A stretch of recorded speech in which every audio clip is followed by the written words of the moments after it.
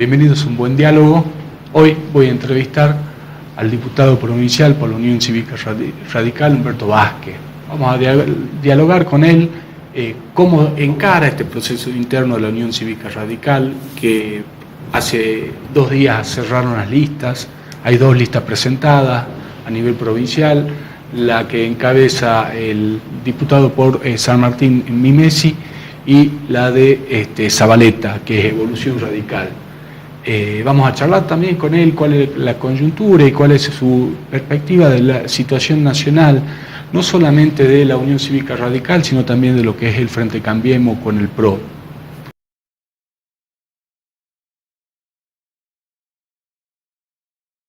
Bienvenido a Un Buen Diálogo. Gracias por la invitación. No, gracias a usted por la visita. Hablaba recién en la presentación de qué es lo que está sucediendo hoy por hoy en la UCR. Hay 2 listas presentadas. El sector, usted aspiraba a conducir la UCR, su sector terminó. A ver, nosotros somos un grupo de dirigentes de la capital y del interior que ya en el 2005 y en el 2007 habíamos presentado. Nosotros en el 2005 ganamos capital en elecciones y en el 2007 perdimos en las elecciones provinciales. Es un grupo que está consolidado a lo largo del tiempo. En esta circunstancia y en razón de un montón de situaciones habíamos llegado a un principio de acuerdo con Federico Núñez Burgos en vez de poder armar algo tendiente a que el Partido Radical se fortalezca, en razón de que tampoco sabíamos de la candidatura, yo particularmente de Mimesi, a pesar de estar a la par en la banca, en la Cámara de Diputados. Nunca me dijo que iba a ser candidato, que lo estaba estudiando.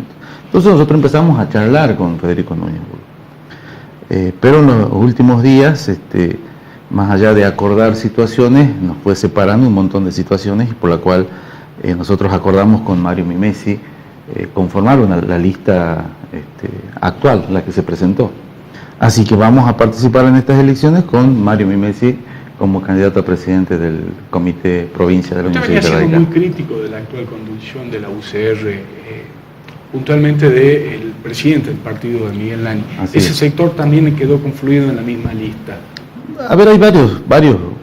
El partido a veces, no hay sectores que son inamovibles, es decir, que se van acomodando. Hay varios sectores que se están acomodando con Mario Mimesi. Primero porque Mario Mimesi es una persona, es un dirigente radical que ha demostrado en la cancha, en la arena política, una capacidad muy importante de poder haber ganado 2 elecciones en Tartagal, no solo a concejal, sino ahora a diputado provincial. Y aparte que ha estado en una discusión constante dentro del partido y su manejo interno de lo que es el comité en Tartagal o el comité departamental ha sido muy fructífero. De hecho, el Partido Radical ha resurgido y ha renacido en lo que es todo San Martín de una manera sorprendente. Y esto tiene que ver con un modo de ejercer la política, de no estar ausente, de estar presente en todas las cuestiones que son de importancia para la sociedad y naturalmente para el partido político como receptora de esos problemas que tiene la sociedad.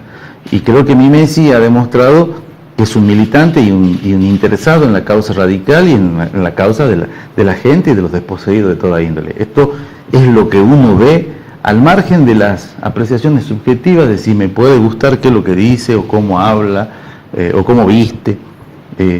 Nosotros acompañamos a Mimesi en razón de un trabajo que creo que es absolutamente comprobable y que creo que hay que repetirlo en otro viene lugar. con un crecimiento electoral sostenido año tras año. Aún así, la figura más fuerte hoy en el departamento de San Martín sigue siendo Leavi, que también pertenece a otro sector del peronismo. Sí. La UCR quedó medio envuelta en esa situación de los 2 peronismos. Así es. En un primer momento, dentro del espacio Cambiemos, había muchos espacios que venían desde el peronismo. Hoy por hoy, a una de las listas se le achacaba que eran la pata peronista para un eventual acuerdo electoral con el actual intendente de la ciudad, Gustavo Sáenz. Sí, yo en ese aspecto se le endilga ahora a Zabaleta, tal posición. A Núñez Burgos, yo cuando charlé le planteé la situación. Nosotros no podemos tener una actitud de falta de respeto hacia el afiliado, de decir queremos hacer esto porque somos dirigentes. Lo que tienen que hacer los dirigentes es escuchar a los afiliados y de acuerdo a eso tomar las decisiones que resulten lo mejor posible, o lo que creamos que en las circunstancias, en la transición, son lo mejor para el Partido Radical. Ahora, un dirigente puede expresar un deseo personal, pero eso no tiene que de ninguna manera influir sobre lo que va a pasar en el partido en adelante.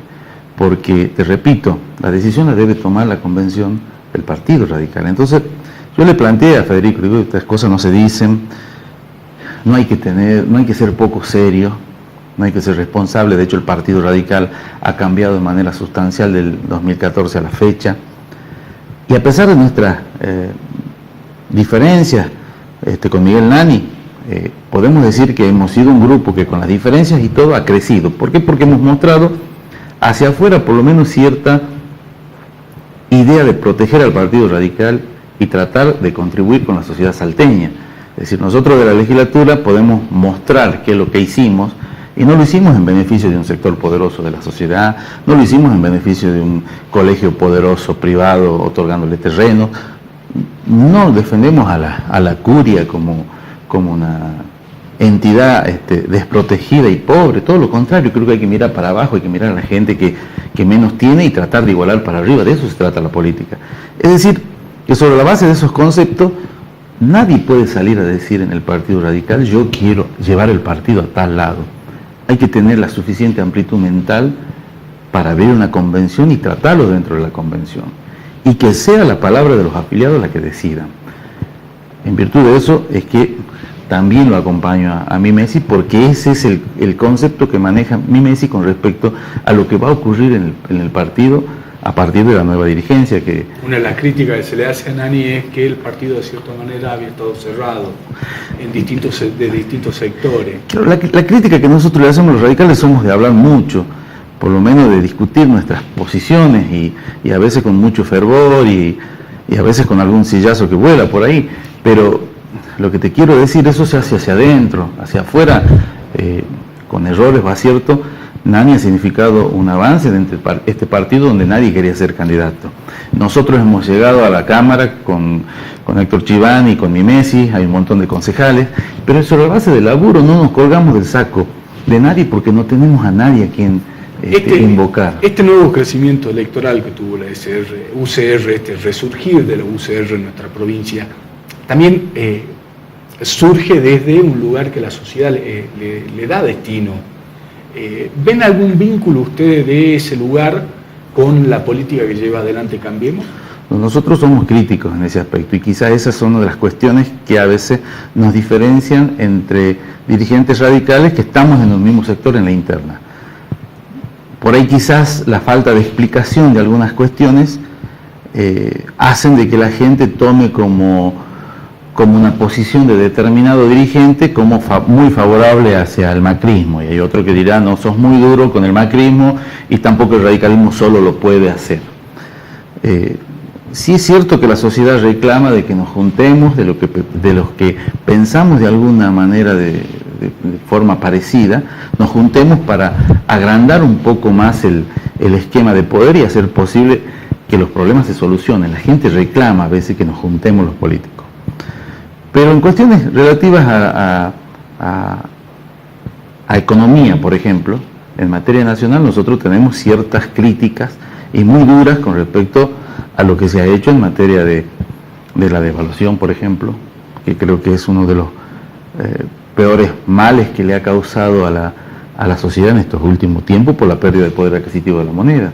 Si a eso le sumas una gran inflación, y estamos prácticamente en un momento donde la especulación es la que reina en el país. Es decir, no hay una promoción de actividades industriales, no hay promoción del consumo interno. Eso significa muy sencillamente la falta de trabajo, la generación de trabajo, y corre riesgo el que tiene trabajo hoy de perderlo. Sumado a la pérdida del poder adquisitivo de la moneda, el bolsillo se ha resentido de manera sustancial. Es decir, esas cosas nos ponen en contra de lo que el gobierno está haciendo y exigimos un cambio del rumbo de la política económica. Y a veces te vienen y te dicen, es la herencia recibida, es lo que nos dejaron los otros. Y a veces también criticamos eso cuando decimos que eso es relativamente cierto. Y te digo relativamente cierto porque si yo bajo las retenciones al campo, aumento el déficit. Es producto de la política. Aumento el déficit. Si le saco los impuestos a las mineras, aumento el déficit. Si tomo medidas de quitarles impuestos a sectores que lo pueden pagar, y estoy agrandando el déficit. Es decir, si a mí en mi casa yo vivo con 10.000 pesos y gasto 11.000, que me dejó alguien que tomé malas medidas y empecé a gastar 11.000, entonces todos los meses voy gastando 1.000 pesos más. Y si encima le digo a mi mujer, anda a comprarte una cadena de oro, para que en vez de que tengamos un déficit de 1.000, pase a 2.000, es una locura mía. El gobierno generó una situación que no fue óptima. Exactamente, es muy sencilla la economía, por ahí te la plantean. Hoy por hoy esto es una opinión personal, creo que aquellos que dicen que tiene que seguir bajando el fondo de la soja están pidiendo a grito que vuelva a Cristina y vuelva a imponer retención y morgue, ¿no? O sea, ellos mismos están ahogando están al estudiando Estado. de volver a poner las retenciones a la soja. Hoy creo que está en 26 puntos, era 35 en su momento, y tiende a bajar. La situación es seguir generando el déficit para que los más pobres paguen. No es esa la política, no entendemos nosotros que sea así la política. Por lo tanto, hemos sido muy críticos de eso y queremos que el gobierno cambie el rumbo, que tenga otra mirada. Algunos dicen que en economía las cosas son muy sencillas, y si yo te la muestro como una economía familiar, y vos ves que es muy sencillo, vos no puedes gastar más de lo que te ingresa. Pero suponiendo el caso que tengas un gasto extraordinario por cuestiones de salud, lo que fuera, tenés modo de financiarte, pero ese financiamiento siempre es corto y vos haces una proyección. Ahora vos no podés vivir continuamente endeudándote, porque en algún momento eso se produce como si hubieses puesto una bomba dentro de tu casa. Te van a rematar la casa, te van a sacar el televisor, el auto, vas a quedar 3 años de Néstor Kirchner con superávit y los últimos 25 fueron de déficit, no se puede. Exactamente, entonces hay cosas que el otro gobierno hizo muy bien y yo las rescato porque tengo la obligación de tratar de hablar con objetividad. Yo soy radical y hay cosas que hicimos muy mal los radicales y que debo asumir la culpa. Pero también tengo que reconocer lo que hicieron algo bien, que lo hicieron bien.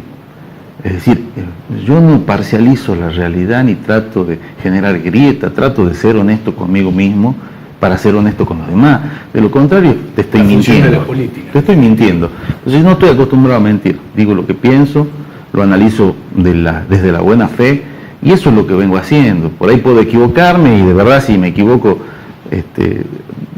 pediré las disculpas o trataré de enmendar lo que uno ha hecho mal, pero esa es la actitud de un hombre de bien. Desde el gobierno de la provincia se inició una ronda de diálogo en virtud de una supuesta reforma constitucional. ¿Cuál es la visión que tiene el espacio en el cual ustedes hoy pertenecen a UCR? Yo vengo hace tiempo hablando, hace más de 10 años, de que la reforma en Salta debe ser integral y debe ser realmente democrática y republicana. Hay que cambiar muchas cosas. La Constitución como está hoy armada es hegemónica, posibilita que quien gane un gobierno con el 35% de los votos se lleve el 70% de las cámaras legislativas. Es decir, no hay una proporción entre el voto obtenido en número con los cargos que se obtienen luego en la legislatura, y es hegemónica. Entonces esto se viene manejando a gusto y paladar del gobernador de turno.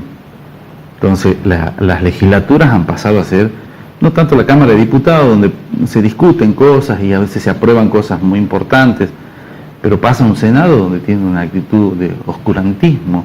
Nadie sabe qué hacen, ahí quedan los proyectos, ahí muere, nadie sabe qué ocurre ahí.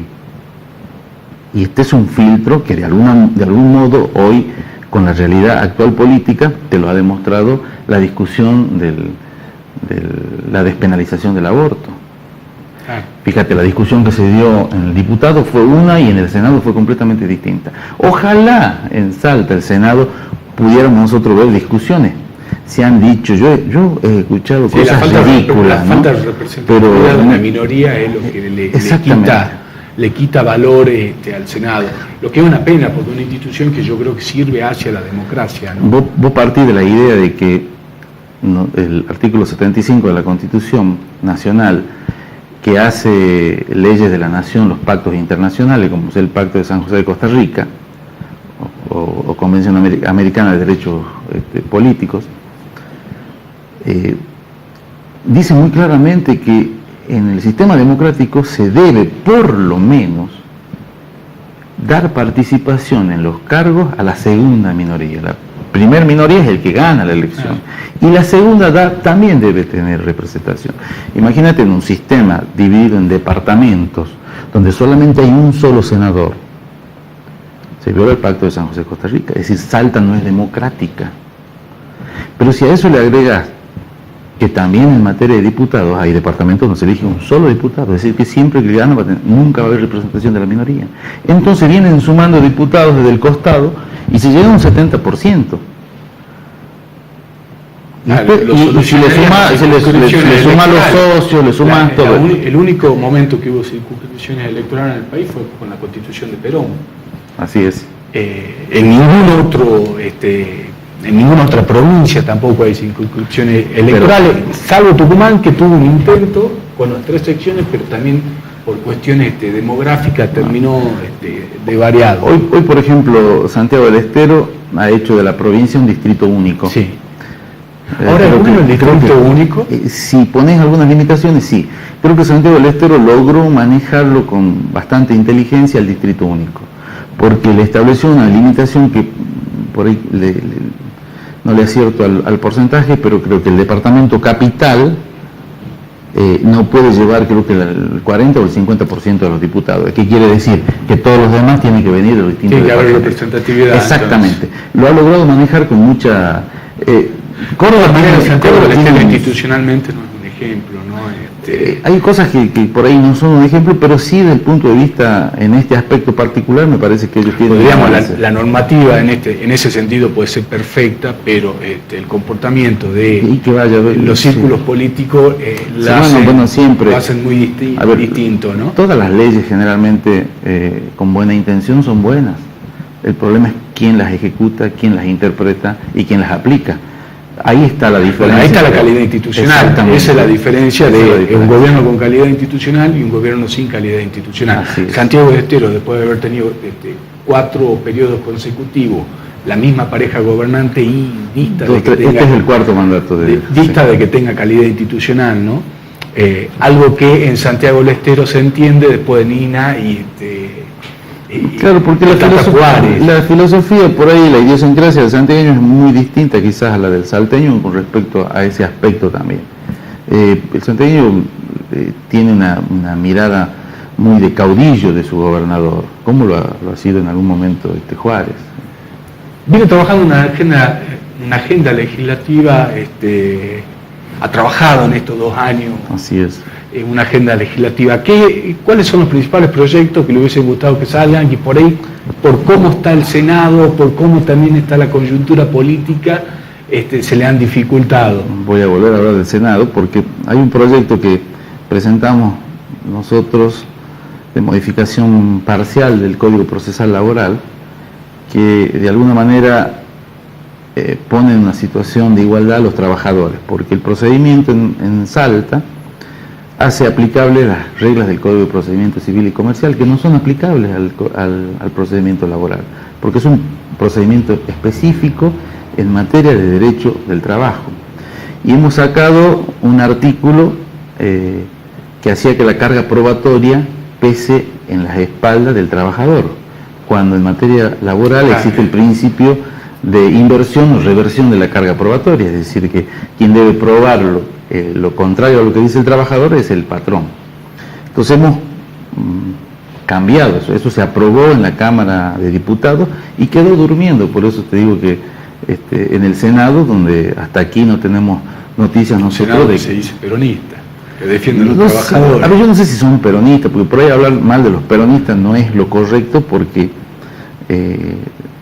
yo tengo muchos amigos peronistas y muchos peronistas que se sienten desde hace añares fuera del justicialismo salteño. Es decir, eso es la vida de los partidos políticos. Muchas veces nos encontramos en asados o cosas con un montón de amigos. De hecho, tengo muchos amigos peronistas y realmente son muy buena gente. Son dos cosas, el peronismo es una cosa y el partido justicialista es otra cosa. Es decir, a ver quién maneja este partido, mete adentro, qué sé yo, otra gente. Pero el peronismo como tal, creo que no está representado dentro del partido justicialista.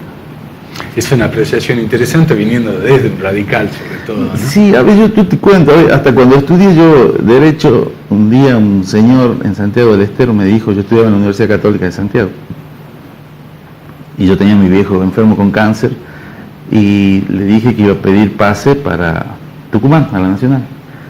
Y este señor me dijo, a ver, yo tengo un departamento en Córdoba, anda a acompañarlo a mi hijo, va también fulano de tal, y vayan ustedes, paguen la luz, usted tiene departamento, ustedes pueden estudiar ahí, así no está mi hijo solo.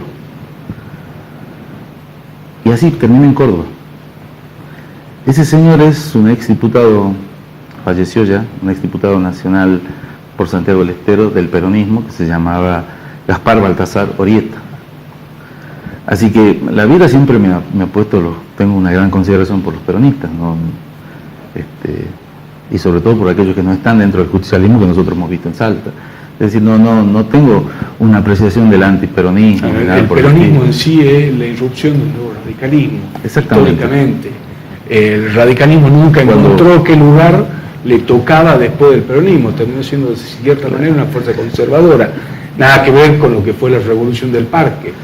Naturalmente, cuando hablo a veces de radicalismo, yo hablo de Alem, hablo de Irigoyen. Una fuerza popular, hablo de eso. No entiendo el radicalismo de otra posición, como también hablo del primer gobierno de Perón como algo muy parecido a aquel radicalismo. Después también el peronismo fue usurpado por los conservadores y hasta hoy creo que el peronismo tiene una dura tarea de poder sacar a los conservadores, por lo menos en Salta lo que vemos es casi, te diría, conservadorismo puro. Ahora, hablaba del tema del aborto, que es un tema totalmente distinto, ¿no? El conservadurismo lo llevó al aborto a un lugar de no retorno, porque una ley que en definitiva se trata de respetar la decisión ajena. Mi postura personal es, yo estoy en contra del aborto, pero no porque yo piense estar en contra del aborto y obligar a otro que esté en contra del aborto. A mí mi posición es esto, yo en mi vida le aconsejaría a alguien que está embarazado que se haga un aborto, además haría todo lo posible porque protege esa vida, de verdad, de corazón. Yo no adoro a mis hijos y a los hijos de mis amigos y a los... Esas son posturas personales. Mi posición personal, y de verdad que la sostengo de esa manera, pero también hay una cuestión de salud pública, de pobreza, de discriminación, porque la pobreza es discriminación cuando a determinados sectores de la sociedad se los margina, eso es discriminación, y esa pobreza lleva a que mujeres tomen decisiones graves y creo que no lo deben hacer con placer de practicarse un aborto y que por ahí terminan con un aborto clandestino en un hospital y terminan muriendo. Esa es una cuestión de salud pública, donde el Estado debe tener alguna injerencia. No me parece que haya que abandonar a la gente, si encima de pobre todavía... La asignación universal por hijo creo que es una medida antiabortiva y totalmente eficaz. La asignación universal por hijo, estoy absolutamente convencido de que fue una de las cosas más relevantes del gobierno anterior. Al margen de quién sea ¿quién lo haya llevado acá? ¿Quién sea la ideadora? En definitiva, haya llevado difiere de lo que era el ingreso a la niñez que proponía Eva. Pero de alguna forma estoy de acuerdo absolutamente con eso. Muchas gracias por tu visita. No, gracias por la invitación. A todos ustedes, muchas gracias.